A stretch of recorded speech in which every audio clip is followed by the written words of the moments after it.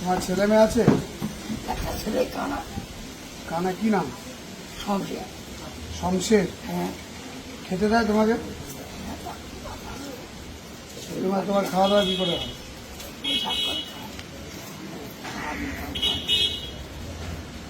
কি এখন কি লাগবে বলো? আমার কি লাগবে? পরেশবাবু কি দেয় দেখি। চাল লাগবে? চাল কাগজ বলছি না।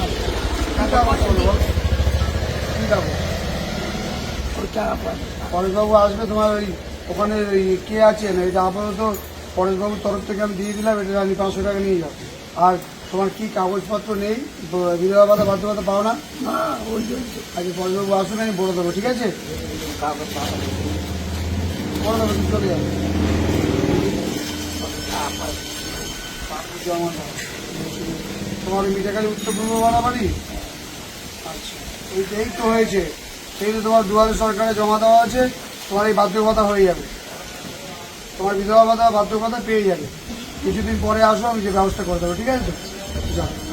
চিনতে পারবো। আমি পরেশবাবুকে বলে দেবো, তুমি যাও, ঠিক আছে? আচ্ছা, ঘর কি হচ্ছে না? কোন যা তোমার ঘরটা কোনটা? বলে বুড়ির তো টাকা দিয়ে দিলাম, তোমার ঘর নেই?